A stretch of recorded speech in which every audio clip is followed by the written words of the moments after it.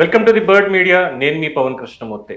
ఈ మధ్యకాలంలో నేను చేసినటువంటి చాలా అనాలిసిస్లో కరేడు భూములు, అమరావతి రైతులు వాటిని ఎందుకు పట్టించుకోరు, కరేడు రైతులు ఉద్యమం చేస్తుంటే అమరావతి రైతులు కానీ మిగతా వాళ్ళు కానీ ఎందుకు వాళ్ళకి సపోర్ట్ చేయరు అనే అంశం మీద చాలా వరకు మాట్లాడడం జరిగింది. ఇండోసోల్, షిరిడి సాయి అనేటువంటి కంపెనీలు, అందులో ముఖ్యంగా ఇండోసోల్ కంపెనీ షిరిడి సాయి ఎలక్ట్రికల్స్కి అనుబంధ కంపెనీగా ఉన్నటువంటి దానికి దాదాపు 8,500 ఎకరాల పైచిలుకు భూములని రామాయపట్నం పోర్టు దగ్గర జగన్మోహన్ రెడ్డి ప్రభుత్వం వేరే ఒక ప్రాంతంలో కేటాయిస్తే కాదు, అక్కడి నుంచి తరలించి కరేడు, ఉలవలపాడు మొదలైనటువంటి గ్రామాలన్నింటిలో కూడా ఉన్నటువంటి పచ్చని భూముల్ని ఈ ప్రభుత్వం, కూటమి ప్రభుత్వం ఇండోసోల్ కంపెనీకి కేటాయించేటువంటి ప్రయత్నం చేస్తోంది. ఇది చాలా అన్యాయం. రైతులు మేము అసలు ఇవ్వమని కూడా వాళ్ళు చాలా స్పష్టంగా చెప్తున్నారు. మరి ఎందుకు ఆ రోజు చేసినటువంటి ఆరోపణలు, ఇండోసోల్ అనేది ఒక bogus company, Shirdi Sai electricals వాళ్ళంటేనే జగన్మోహన్ రెడ్డికి బినామీలు, జగన్మోహన్ రెడ్డిదే డైరెక్ట్గా ఇంకా ఈ కంపెనీ కూడా, అలాంటిది అక్రమాలు చేస్తున్నారు అని చెప్పి నారా లోకేష్ యువగడంలో కావచ్చు, చంద్రబాబు నాయుడు గారు సభల్లో కావచ్చు, అలాగే deputy chief minister Pawan Kalyan garu Varahi సభల్లో కావచ్చు ఆయన చెప్పుకుంటూ వచ్చారు. మరి చెప్పారు, ఆ రోజు ఆరోపణలుగానే మిగిలాయి. మరి ఇప్పుడు దాదాపుగా 14 నెలలు పూర్తిగా వస్తుంది ప్రభుత్వం అధికారంలోకి వచ్చి. అనేక సంక్షేమ కార్యక్రమాలు మొదలుపెట్టారు, సూపర్ 6 అని చెప్పి సక్సెస్ అయ్యారు, ప్రజల్లో మంచి పేరు వస్తుంది. అలాగే అభివృద్ధి కార్యక్రమాలు, ఐటీ కంపెనీలు కావచ్చు, లేదంటే మిగతా ఇండస్ట్రీలు, ఇన్స్టిట్యూషన్స్ అన్ని తీసుకొస్తున్నారు. దేశ విదేశాల నుంచి పెట్టుబడులు వచ్చే అవకాశం ఉంది. అలాగే అమరావతికి పెట్టుబడులు, కేంద్ర ప్రభుత్వం గ్యారంటీ, ఇన్ని మంచి పనులు చేస్తూ ఎందుకు ఈ కూటమికి మచ్చ, అందులోనూ ఆరోపణలు చేసినటువంటి ఆ పర్టికులర్ కంపెనీల మీద ఎందుకు ఇంత ఆపేక్ష అన్న దాని మీదే ప్రధానంగా చర్చ అనేది సాగుతోంది. కానీ ప్రభుత్వం నుంచి ఎటువంటి సమాధానం అయితే ప్రస్తుతానికి దొరకడం లేదు. ఇక మన కరేడు రైతులు చాలా ఐకమత్యంగా ఉద్యమం స్టార్ట్ అయినటువంటి మొదట్లో మొత్తం అందరూ కూడా రైతులు, రైతు కూలీలు మొత్తం అందరూ కలిసి ఉద్యమ బాట పట్టారు. ఉద్యమ బాట పట్టి ఈ రోజు పరిస్థితి ఏంటయ్యా అని చూస్తే దాన్ని కలగా పులగం చేసేశారు. కలగా పులగం చేసేసి అంటే డివైడ్ అండ్ రూల్, ఎవరికి వారు వాళ్ళని విడగొట్టేసి కొంతమంది భూములు ఇచ్చేటువంటి విధంగా, కొంతమంది భూముల్ని ఇవ్వరు అన్నటువంటి విధంగా, కొంతమంది మధ్య రకంగా, కొంతమంది సపోర్ట్ ఎవరికి చేయాలి ఏంటి అనేటువంటి తెలియకుండా, కొంతమంది కోవర్ట్ల కింద ఈ రకంగా తయారైపోయి మనం రైతులం, మనకి మనమే ఇక్కడ బలంగా ఐకమత్యంగా నిల్చుండాలి, ప్రభుత్వం మన దగ్గరకు వచ్చి మనకి ఎటువంటి సమస్య లేదని చెప్పాలి అన్నటువంటి ప్రాథమిక లక్ష్యాన్ని చేరుకునే క్రమంలో ఫెయిల్ అవుతున్నారు అనేది చాలా మంది అభిప్రాయం. అసలు కరేడు ఉద్యమాన్ని సమాధి చేసేసింది ఎవరు? అంత ఉధృతంగా మొదలైనటువంటి ఉద్యమం ఎందుకు ఈరోజు ఈ స్థాయిలో ఉంది అన్న ప్రశ్నకి సమాధానమే ఈరోజు ఈ విశ్లేషణ. ఇందులో పూర్తి స్థాయిలో దానికి సంబంధించినటువంటి డీటెయిల్స్ మనతో పంచుకోవడానికి అందుబాటులో ఉన్నారు ప్రముఖ రాజకీయ విశ్లేషకులు, ఆమ్ ఆద్మీ పార్టీ నేత సిఏ నేతి మహేశ్వరరావు గారు. నమస్కారం సార్. సార్, కరేడు గురించి చాలా వరకు మాట్లాడాను. ఇన్ఫాక్ట్ మీ గ్రూప్ లో కూడా నేను కూడా ఒక సభ్యుండే, రోజు అప్డేట్స్ చూస్తున్నాను, ఎవరేం మాట్లాడుతున్నారు, ఏం చేస్తున్నారు, అసలు ఎక్కడ ఏ యాక్టివిటీస్ జరుగుతున్నాయని. బట్ రీసెంట్ పాస్ట్ నుంచి చూసుకున్నట్లయితే కరేడు ఉద్యమం ఇక అది ఉద్యమం కాదు, కేవలం ఏంటంటే కొంతమంది కూర్చుని చేసేటువంటి నిరసన కింద మారిపోయింది తప్ప ఆ అబద్ధపు కంపెనీలు, ఆ రోజు చేసినటువంటి ఆ బినామీలు వాళ్ళకి అన్యాక్రాంతంగా ఇదంతా కట్టబెడుతున్నారు అన్న పాయింట్ పక్కకు వెళ్ళిపోయింది. దీనికి ప్రధాన కారణాలు ఏమంటారు? ఇక్కడ ముఖ్యంగా అమరావతి టైంలో అక్కడ రైతులు భూములు ఇచ్చింది అభివృద్ధి అంటే పూలింగ్ పద్ధతి మీద. అంటే ఒకవేళ అభివృద్ధి జరిగితే అభివృద్ధిలో రైతులు కూడా భాగస్వామ్యం అవుతారు. అంటే అక్కడ రైతులకు జరిగిన నష్టం అంటే కొంచెమే. గవర్నమెంట్ మారినా, 3 రాజధానులు వచ్చినా ఉంది కాబట్టి వాళ్ళకి అక్కడ ఆ రోజు అన్యాయం అనేది తక్కువే. బట్ దానికి చాలా మద్దతు వచ్చింది. ఎందుకంటే అప్పుడున్న ప్రభుత్వాల్లో టీడీపీ అమరావతికి మద్దతుగా ఉండటం, వైసీపీ అమరావతికి వ్యతిరేకంగా ఉండటం. సో టీడీపీ జనాలు మొబిలైజ్ చేసే విధానం కానీ అవి వాళ్ళు చేయగలిగారు. ఆ రోజు మీడియా సపోర్ట్ కానీ అవన్నీ కానీ చేయగలిగారు. ఒక దురదృష్టం ఏంటంటే మా కరేడు ప్రాంతం, ఎందుకంటే నా కందుకూరు నియోజకవర్గం, నా నియోజకవర్గం అదే. సో నా నియోజకవర్గంకి వచ్చాక ఏంటంటే వాళ్ళకంటే వీళ్ళకే ఎక్కువ నష్టం. ఎందుకంటే వ్యవసాయం బాగా లాభసాటి ఉన్న ప్రాంతం. ఏ ప్రాంతంలో కూడా వ్యవసాయం లాభసాటి ఉండదు. ఎందుకంటే అక్కడ వాటర్ రిసోర్సెస్ కానీ వాళ్ళ ఆధునిక వ్యవసాయం చేయగలుగుతారు అక్కడ రైతులందరూ కూడా. ఇలాంటి వ్యవసాయం లాభసాటి ఉన్న ఈ ప్రాంతంలో రైతులు ఎకరా, అరెకరా, 20 సెంట్లు, 30 సెంట్లు ఉన్నోళ్ళు, లేదా లేనోళ్ళు రోజుల్లో 360 రోజులు పని ఉండదు అక్కడ. ఇలాంటి ఇక్కడ ఈ వాతావరణం ఉన్న దీంట్లో ఈ రైతులు ఇంత చేస్తున్నా ఇది దేశవ్యాప్త చర్చ రావాలి. ముఖ్యంగా అసలు రైతన్నుల్లో ఉవ్వెత్తున వీళ్ళకి మద్దతు ఇవ్వాలి. సో స్టార్టింగ్ లో నేను అదే గమనించాను, ఎందుకంటే ఈ రెండు పార్టీలు ఇక్కడ సిండికేట్ గా ఫామ్ అయ్యాయి. ఇక ఇందాక అమరావతికి దీనికి డిఫరెన్స్ ఏంటంటే అక్కడ ఒక ప్రతిపక్షం ఉంది, ఇక్కడ ప్రతిపక్షం కూడా సిండికేట్ అయిపోయింది. ఓకే. ఎందుకంటే విశ్వేశ్వర రెడ్డి అనే వ్యక్తి అతను మైనింగ్స్ లో ఎక్స్పర్ట్. అతను అవుట్ రైట్ గా జగన్మోహన్ రెడ్డికి సంబంధించిన రిలేటివ్ క్లియర్, అతను జగన్మోహన్ రెడ్డి బంధు. ఆ యాంగిల్లో గతంలో వాళ్ళు ఎక్కడ 8,000 ఎకరం దాకిస్తే, సో ఈ ప్రభుత్వం వచ్చిన తర్వాత బీపీసీఎల్ కోసం ఇటు సర్దటం జరగడం, ఈ సర్దే క్రమంలో ఇక్కడ వీళ్ళు ఇంకా ఎక్కువ ఇస్తామని చెప్పడం, మెయిన్ 8,000 కాక కొంచెం ఎక్కువ కూడా ఇచ్చే పరిస్థితుల్లో అగ్రి అయిన పరిస్థితి. ఇదే వీళ్ళే చాలా ఆరోపణ చేశారు గత ఎలక్షన్ ముందు, ఎన్నికల ముందు నిధులు ఇచ్చాడు అతను. అంటే ఇతనికి వీళ్ళందరూ కూడా క్రోనీ క్యాపిటలిస్ట్ అంటాం. వీళ్ళకి పార్టీల కన్నా కూడా ఏ పార్టీ ఉన్నా వీళ్ళు మేనేజ్ చేస్తారు. వీళ్ళు అంటే ఒక సిండికేట్ లాగా మొత్తం అన్ని వ్యవస్థలు మేనేజ్ చేయగలిగిన అత్యంత బలవంతుడి చేతికి భూమి వెళ్ళిపోతా ఉంది. ఇది నేను గమనించాను. యాక్చువల్గా ఇది ఆల్మోస్ట్ 5 months బ్యాకే, నేను 5 to 6 months బ్యాకే నేను ఇది క్యాచ్ చేసి, సో నేను దీన్ని విజయవాడలో నేనే ఓన్గా డేటా గ్యాదర్ చేసి అసలు ఈ ఇండోసోల్ ఎవరు, ఇండోసోల్కి షిరిడి సాయికి లింక్ ఏంటి, ఇండోసోల్ విశ్వేశ్వరరెడ్డి చరిత్ర ఏంటనేది మొత్తం తీసి ఒక డాక్యుమెంట్ చేసి పెట్టాను. అక్కడ ఉన్న వాళ్ళందరికీ కూడా పెట్టాను. మోస్ట్లీ ఓళ్ళల్లో కూడా తిరిగాను, నేను చాలా వరకు తిరిగాను. రెండోది చేవూరులో జరిగిన పరిస్థితులు స్టడీ చేశాను నేను. అక్కడ ఒక రైతు ఎవరైతే చనిపోయాడు, ఎందుకు చనిపోయాడు, ఏంటి రీజన్ అంతా కూడా నేను కందుకూరు ప్రాంతంలో ఉన్న వ్యక్తిగా స్టడీ చేశాను.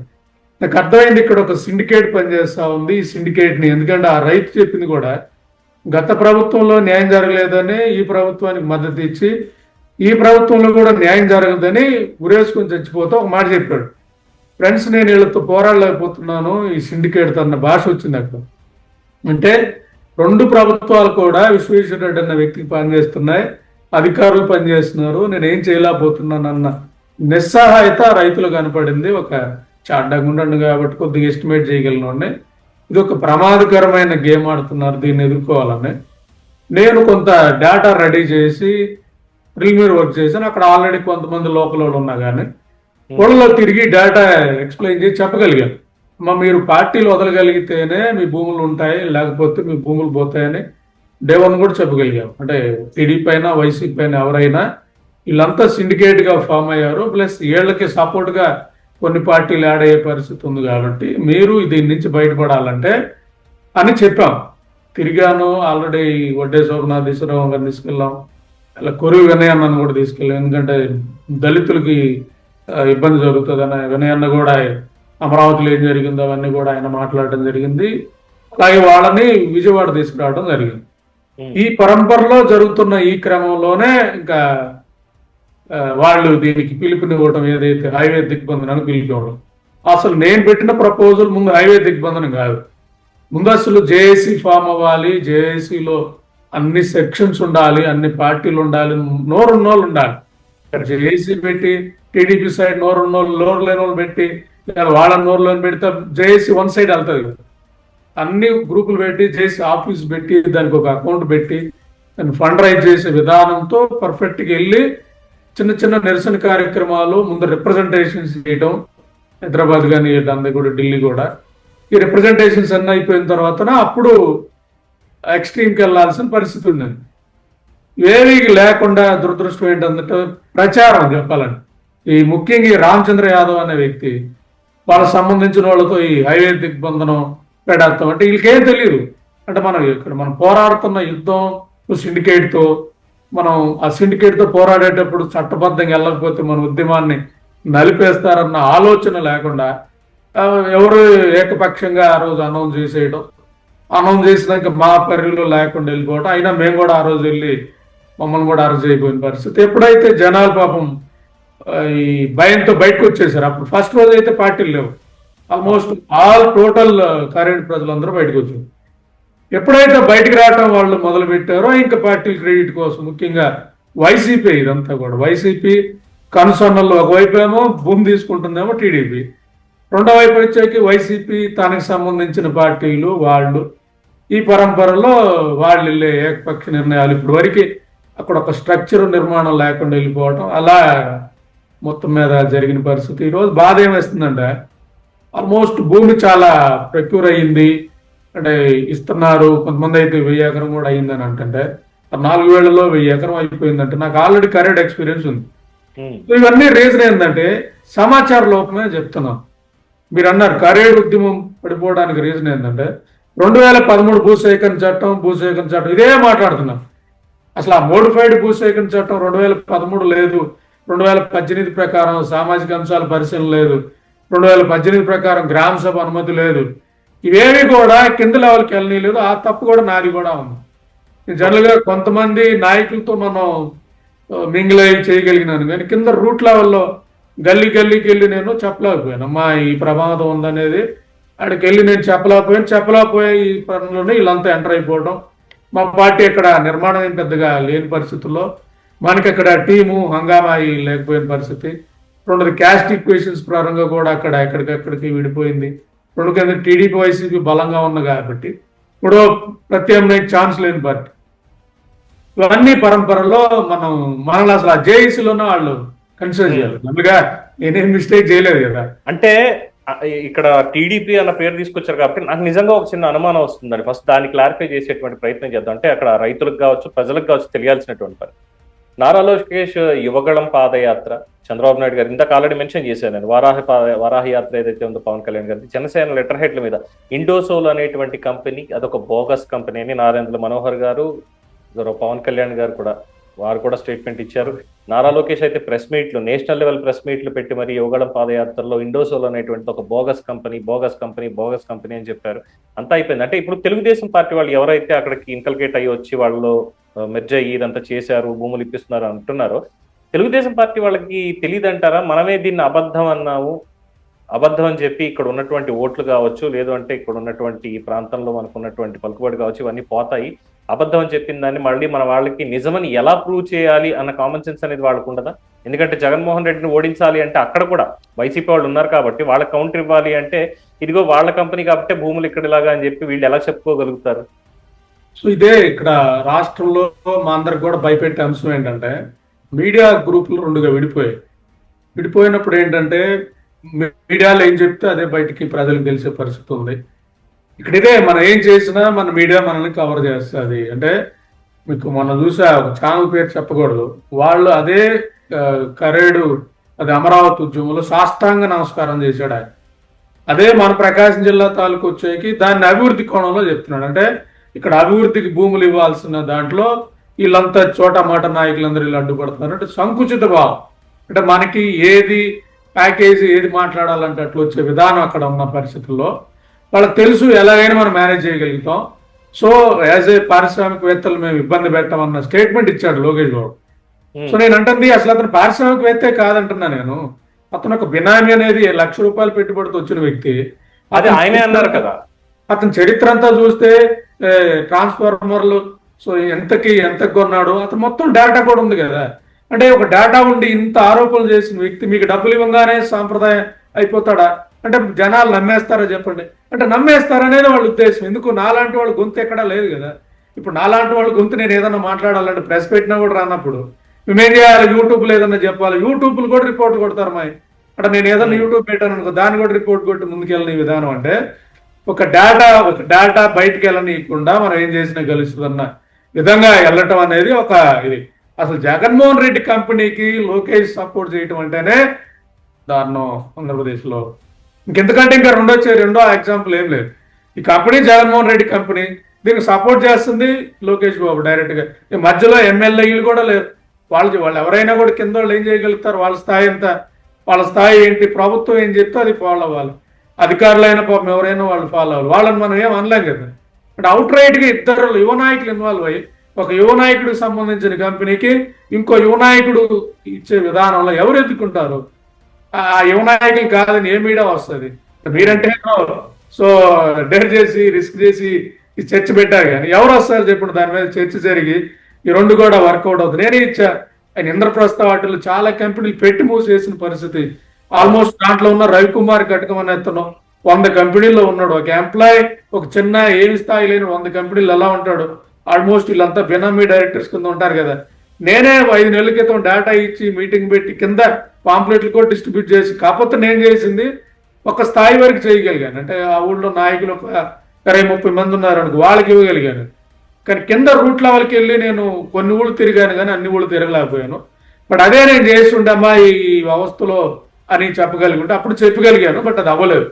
ఇక్కడ నేనేమంటున్నానంటే టీడీపీ అనే పార్టీ ఎన్నో చెప్పింది ఎలక్షన్ ముందు, ఈ ప్రాంతంలో కూడా చాలా చెప్పాడు లోకేష్ బాబు.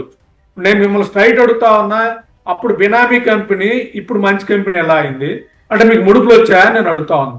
నువ్వు స్ట్రైట్ ఒకవేళ ముడుపులు వచ్చాయని అనుకుందాం, ఎందుకంటే ఎలక్ట్రల్ బాండ్స్ మనకి ఏదైతే సుప్రీంకోర్టు ఆర్డర్ తోటి మనం బయట పెట్టించాము, మళ్ళీ బయటకు వచ్చిన తర్వాత అదే కంపెనీ ఇండోసోల్ అనే కంపెనీ కావచ్చు, లేదంటే షిరిడి సాయి ఎలక్ట్రికల్స్ కావచ్చు, తెలుగుదేశం పార్టీకో లేదంటే బీజేపీకో లేదంటే వైఎస్ఆర్సీపీకో ఏ విధంగా డబ్బులు ఇచ్చింది, ఎంతెంత పంపించింది అనేది తెలుసు.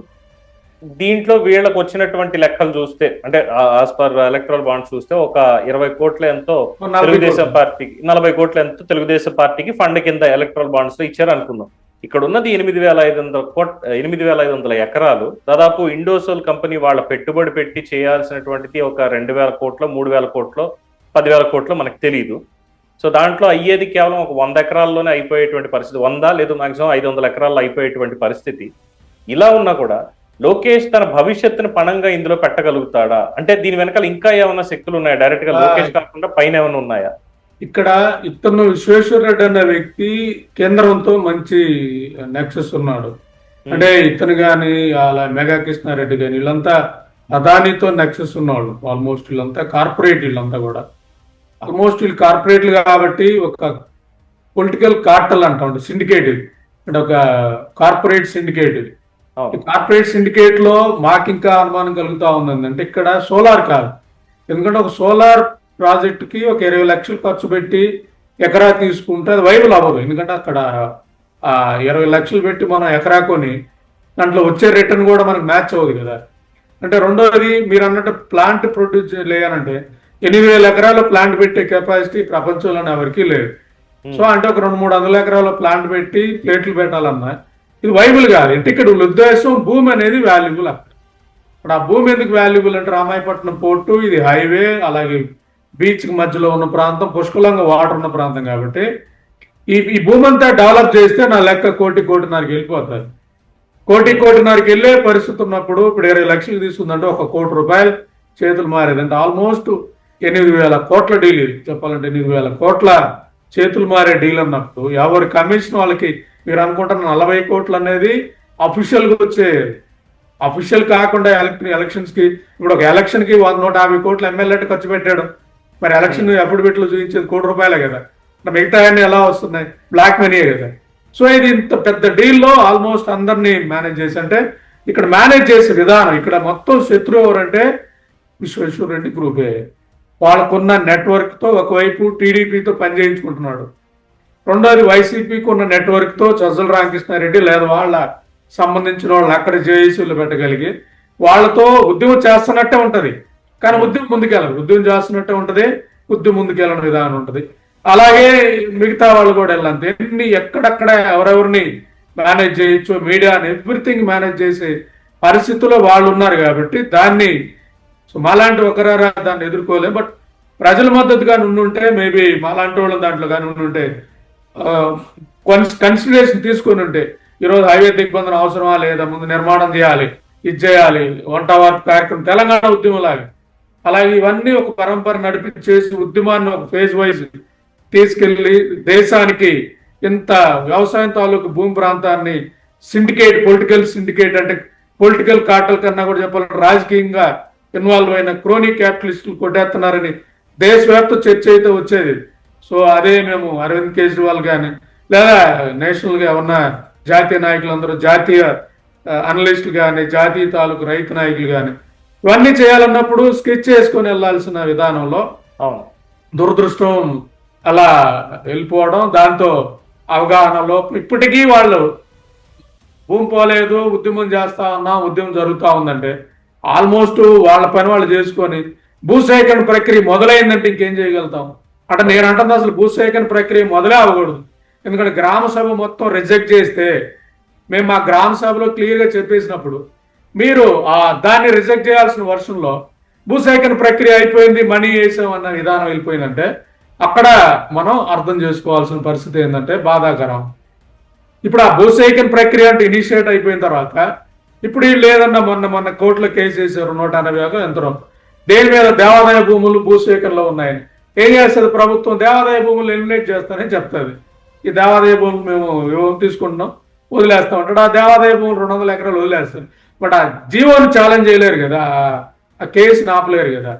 బట్ జీవోని ఛాలెంజ్ చేస్తూ పబ్లిక్ ఇంట్రెస్ట్ లిటిగేషన్ ఒకటి వేసి, అయ్యా ఇక్కడ మేము ఇవ్వమని చెప్తున్నాము, దానికి గతంలో వీళ్ళు మాట్లాడినటువంటి మాటలు ఏవైతే ఉన్నాయో, ఇది బోగస్ కంపెనీ లేదంటే దీని బినామీ కంపెనీలు వీళ్ళు చేస్తారు అని చెప్పి ఇప్పుడు మళ్ళీ వీళ్ళే వచ్చి ఇలా చేస్తున్నారని కోర్టుకు వెళ్తే కోర్టు ఆపేటువంటి అవకాశం ఏమైనా ఉందేమో. సో ఇక్కడ ఆ రోజు నేను చెప్పింది కూడా, వాళ్ళకి చట్టంలో పకడ్బందీ పెట్టుకున్నారంటే సోషల్ అసెస్మెంట్ చేయాల్సిన అవసరం లేదని సెక్షన్ 10లో పెట్టారు.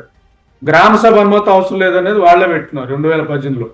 కోర్టుకు వెళ్ళినా కూడా నిలబడని విధంగా ప్రొసీజర్ ప్లాన్ చేశారు.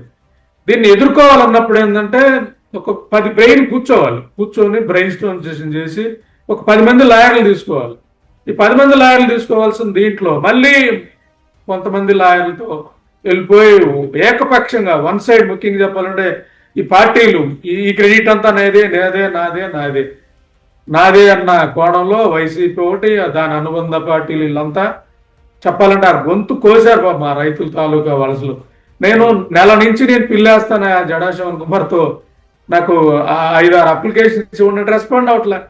నేను పిల్లేస్తానన్నప్పుడు అప్లికేషన్స్ ఇవ్వడానికి ఇబ్బంది ఏముంటుంది? సో నా మనీ పెట్టుకొని నేను జడా శివన్ కుమార్ అనే హైకోర్టు లాయర్తో కేసు వేపిస్తాననేది ఇప్పుడు ఆల్రెడీ అతను క్లియర్గానే ఉన్నప్పుడు, నాకు ఆయన ప్రామిస్ చేసి నాది పర్సనల్గా తీసుకో అని చెప్పినప్పుడు ఆ పిల్లేయటానికి నాకు ఫిర్యాదుదారుని నాకు దొరకనీయకుండా చేసిన పరిస్థితి మొత్తం ఎక్కడికెక్కడికి. సో చేస్తున్నట్టు యుద్ధం చేస్తూ ఉంటాం, మనం గమ్ముగుడిపోయే విధానంలో మొత్తం మీద ఆడ. సో ఏం చేయాలనే దాని మీదనే ఇంకా ఉన్నా, బట్ ఇంకా అయిపోలేదు.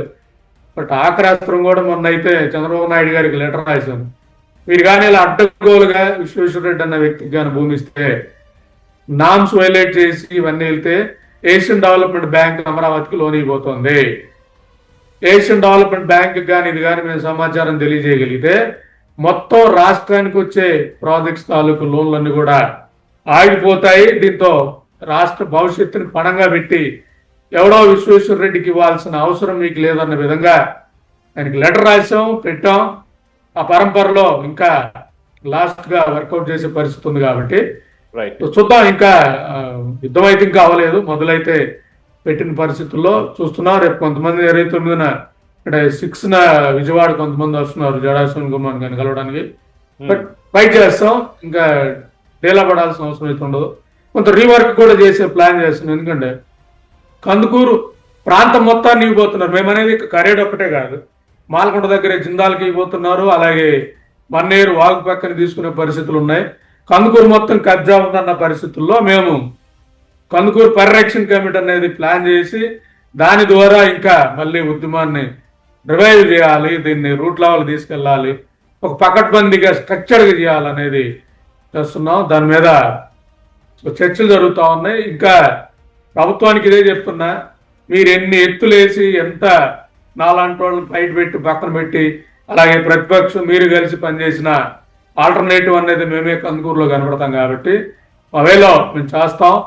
అక్కడ ప్రజలను మేము అడుగుతా ఉందంటే ఇప్పటికే మీ పరిస్థితులు అర్థమైంది కాబట్టి ఇక్కడి నుంచి అయినా అట్లీస్ట్ నా మాట నమ్మండి. ఎందుకంటే నేను డేవర్ నుంచి కూడా ఊళ్ళలో తిరిగింది, 2 పార్టీలు కలిసి ఉన్నాయి. ఇది అమరావతికి దీనికి డిఫరెన్స్ కాబట్టి ఆ కోణంలో అక్కడ రైతులు కానీ, ముఖ్యంగా రైతు కూలీలు కానీ, ఎందుకంటే భూమి పోతే ఉపాధి పోయేది మీకు ఎలాంటి ఉద్యోగాలు వచ్చే పరిస్థితి లేదు. ఎందుకంటే అమరావతిలో ఎవరికి వచ్చాయి ఉద్యోగాలు? అమరావతి భూమి పోయింది, భూమి పోయిన రైతు కూలీలకి ఎవరికైనా ఉద్యోగాలు వచ్చా? అక్కడ రైతు కూలీలు ఎవరైతే ఉన్నారు 50 కిలోమీటర్లు వెళ్ళి మిరపాయలకు వచ్చే పరిస్థితి ఉంది కాబట్టి అక్కడ ప్రజలందరూ కూడా దీని మీద చర్చ జరగాలి. సో వాళ్ళు వాలంటరీగా వచ్చే పరిస్థితి ఉంటే జడాశివన్ కుమార్ మేము ఇంకా కొంతమందితో కలిసి దీని మీద కార్యాచరణ చేస్తాం. అలాగే వినయన్న కూడా కరేడులో పర్యటిస్తానని ఆయన కూడా చెప్పిన విధానం ఉంది కాబట్టి దీనంత సులభంగా అయితే గవర్నమెంట్ కొంతమంది మీకు సంబంధించిన వాళ్ళ భూమి తీసుకోవచ్చేమో కానీ భూసేకరణ అయితే పూర్తవని. ఇంకా చెప్పాలంటే 4,000 ఎకరాలు తీసుకుంటానన్నాడు, మళ్ళీ 8,000 ఎకరాల జీవో అట్టే ఉంచాడు విశ్వేశ్వరరెడ్డి. అంటే ప్రతిదీ మోసమే, ప్రతిదీ బోగసే, ప్రతిదీ నమ్మించే ప్రయత్నం చేసే విధానం ఉంది కాబట్టి దాన్ని చూద్దాం, ఎదుర్కొనే ప్రక్రియలో మీ అందరి సహకారం కూడా తీసుకుంటామని చెప్పగలను. తప్పకుండా sir. Thank you very much. చాలా వివరంగా చెప్పారు జరిగినటువంటి దానికి. బట్ ఎస్, డెఫినెట్ గా కరేడు రైతులకి ఆ రోజు నాకు ఎప్పుడైతే దీని మీద అప్డేట్ వచ్చిందో ఆ రోజు నుంచి నేను మద్దతుగానే ఉన్నాను. నేను ఎటు సైడ్ నేను స్టాండ్ తీసుకోలేదు. ప్రజల పక్షానే ఉండాలి మీడియా అన్నటువంటి పాయింట్లోనే బర్డ్ మీడియా కూడా రైతులకి సంఘీభావం తెలియజేస్తాను. డిప్యూటీ సీఎం పవన్ కళ్యాణ్ గారికి, మంత్రి లోకేష్ గారికి, ముఖ్యమంత్రి చంద్రబాబు నాయుడు గారికి ఇది ఒక రకమైనటువంటి హెచ్చరిక అనుకున్న తప్పలేదు, లేదంటే ఒక విజ్ఞాపన అనుకున్న తప్పలేదు. ఏ రకంగా తీసుకుంటే ఆ రకంగా. డెఫినెట్ గా కరేడుని అమరావతిని పోల్చేటువంటి ప్రసక్తి లేదు. కానీ అమరావతి ఉద్యమాన్ని ఎంతైతే గౌరవించారో కరేడు ఉద్యమాన్ని అంతే విధంగా గౌరవించి దయచేసి షిరిడి సాయి ఎలక్ట్రికల్స్ ఆరెల్స్ ఈ ఇండోసోల్ అనేటువంటి కంపెనీకి ఏవైతే కేటాయింపులు చేశారో అన్నింటినీ కూడా అక్కడ రద్దు చేయాలి అనేది ఆ రైతుల యొక్క డిమాండ్ మాత్రమే కాదు, ప్రజల నుంచి వస్తున్నటువంటి demand. So thank you Maheshwar గారు. మళ్ళీ ఇంకొక టాపిక్ మీద మళ్ళీ కలుద్దాం. అంటిల్ దెన్ మీ అభిప్రాయాన్ని కామెంట్స్ రూపంలో తెలియజేయండి. చూస్తూనే ఉండండి ది బర్డ్ మీడియా. ఈ వీడియో కనుక మీకు నచ్చినట్టయితే లైక్ చేయండి, షేర్ చేయండి, సబ్స్క్రైబ్ చేయండి. అలాగే పక్కనే ఉన్న బెల్ ఐకాన్ని క్లిక్ చేయండి.